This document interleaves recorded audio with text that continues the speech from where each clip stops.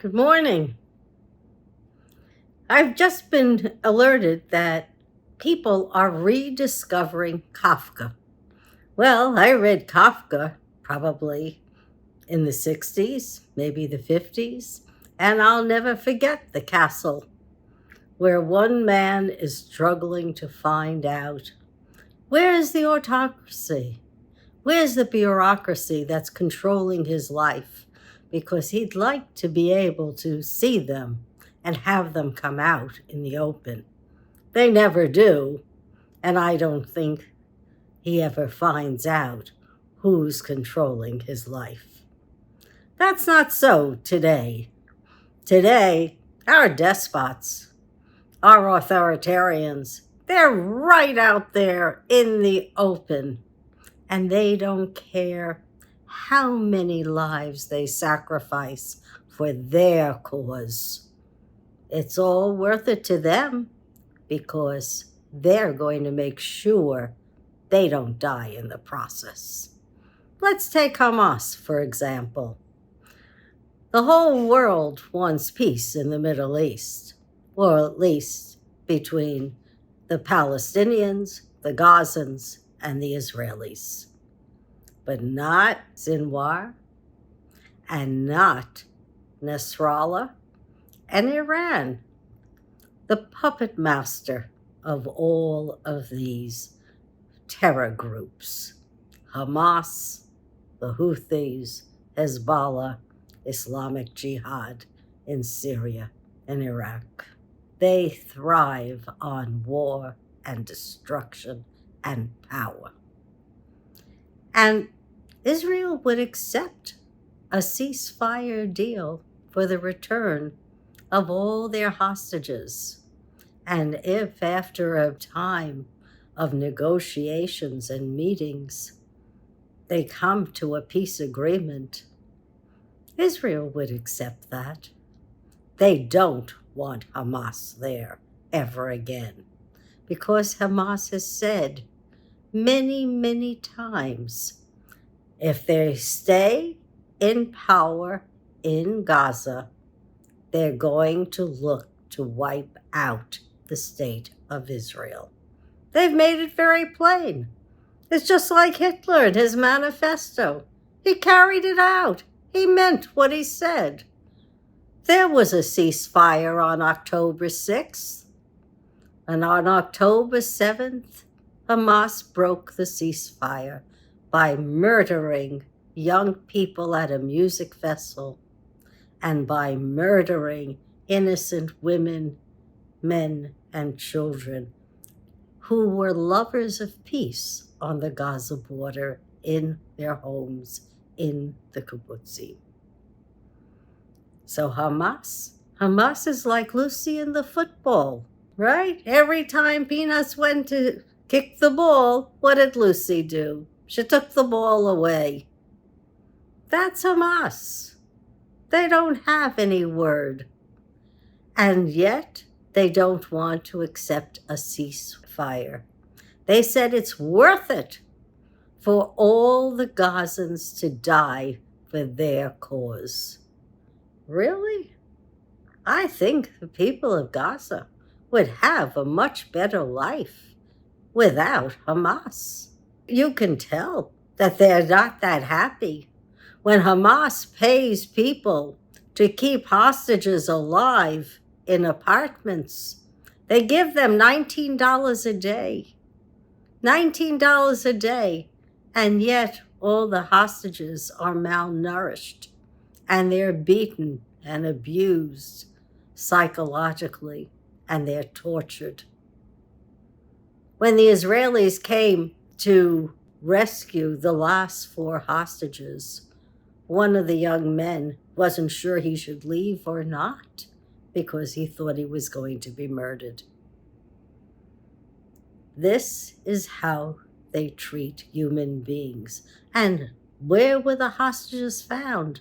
In the home of an Al Jazeera reporter. This is a way you treat human beings, fellow man? I don't understand it. I don't understand taking hostages to begin with. I don't understand reveling in the massacre of another human being. And then the icing on the cake for the only way Hamas wants ceasefire is they want it with a guarantee from Israel that it happens at the beginning before all the hostages are released, and to ensure that Israel could never break the ceasefire no matter what Hamas does in Gaza. Hamas wants Russia, China, and Turkey to ensure that Israel does not overreact to their building rockets again. That seems a little disingenuous, to say the least. We know where the despots are. They're the same actors in South Africa. That's why the ANC was corrupt. They're the same actors in Ukraine, destroying the Ukrainian landscape. But I understand the Ukrainians are getting smarter, and they're making it very uncomfortable for Russia to operate in Crimea. Though Russia is equal to Hamas. What have they done with all the children that they've stolen from Ukrainian families? They're putting them up for adoption in Russia.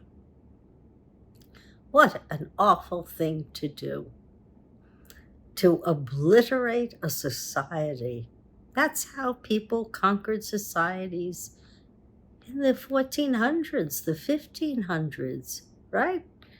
You took the women and the children and you made them marry into your society, and you obliterated the other nationality. What a terrible, terrible way to live in this 21st century. Do we think about Sudan? No, nobody thinks about the murders in Sudan or the little terrorist wars that are happening all over the world. And because of those wars, the Europeans don't want to have any more migration to their shores. And so what are they getting? They're getting far-right parties. I don't really believe the far right, even though it's extremely well-funded, is going to survive. Because they only have one agenda. They have an allegiance to Russia, and they're anti-migration. Well, folks, you stop the wars. You fix climate change. You don't have any more migration. We got bigger things to fry, bigger problems. We've got the most beautiful planet that anyone could inhabit. It's got parklands, water. It's the blue planet. Instead of destroying it and all its people, build it again. Stop the carnage and penalize those who incite wars. Don't penalize the victim. Penalize the aggressor and make them pay for the carnage they've caused. And not only make them pay so that they also clean up our environment. Let's see a little accountability for despots. Because you know what? I like living. And I think that I want everyone to live as well as they can. My children, my grandchildren, and everyone else in this world, so that we can appreciate this beautiful blue planet. Don't make war easy. Make everyone who starts one accountable.